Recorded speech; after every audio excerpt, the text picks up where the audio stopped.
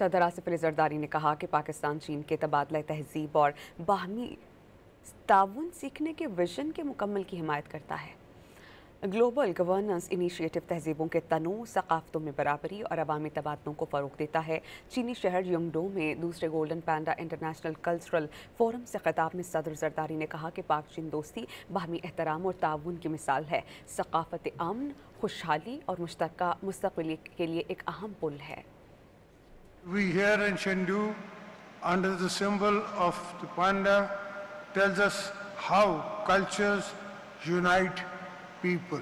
Its forum has told us how art and television can connect civilizations. In Pakistan, we share China's vision for uniting civilizations. Education and people-to-people ties have deepened the brotherhood between Pakistan and China. The world today is undergoing radical changes. In the times dramatic changes, China under President Xi has shown us the path of a win-win solution. I wish to commend the President for his visionary global security initiative.